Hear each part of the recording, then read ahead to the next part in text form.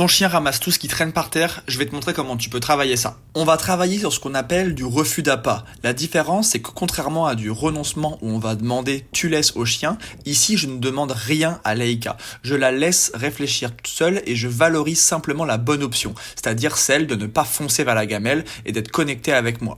Comme je ne dois pas utiliser de mots de renoncement, je commence très loin de la gamelle pour que Laïka soit capable de produire le comportement de renoncement toute seule. Et comme j'aime bien travailler sur le principe du renoncer c'est gagner, quand elle réussit, je l'envoie quand même manger. Une fois que vous avez trouvé la distance de travail, c'est-à-dire celle à laquelle votre chien arrive à déconnecter de la gamelle tout seul et à revenir vers vous, vous allez pouvoir faire plein de passages, plein de répétitions et vous rapprocher un peu plus à chaque fois, toujours en récompensant beaucoup le bon comportement. Évidemment, au début, on travaille en laisse pour que le chien ne se mette pas en échec, qu'il réussisse l'exercice, parce que très certainement qu'au début, vous allez devoir le retenir un petit peu avec la laisse pour ne pas qu'il fasse une erreur et qu'il aille manger dans la gamelle alors qu'il n'a pas entendu le go.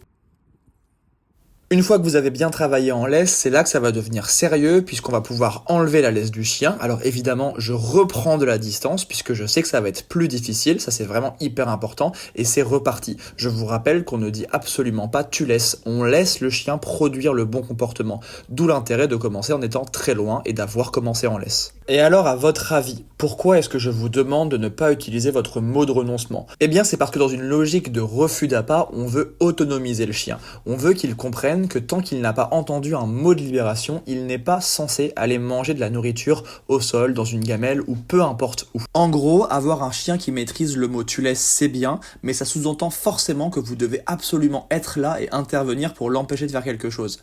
Alors qu'avoir un chien qui a un bon refus d'appât et qui a un beau autocontrôle vis-à-vis de la nourriture, c'est la promesse d'un chien qui ne va pas se jeter sur de la bouffe même si vous avez le dos tourné. Je vous montre très rapidement la suite pour arriver à l'étape où votre chien ne ramasse même plus un bout de poulet par terre dans la rue. Allez, à très vite.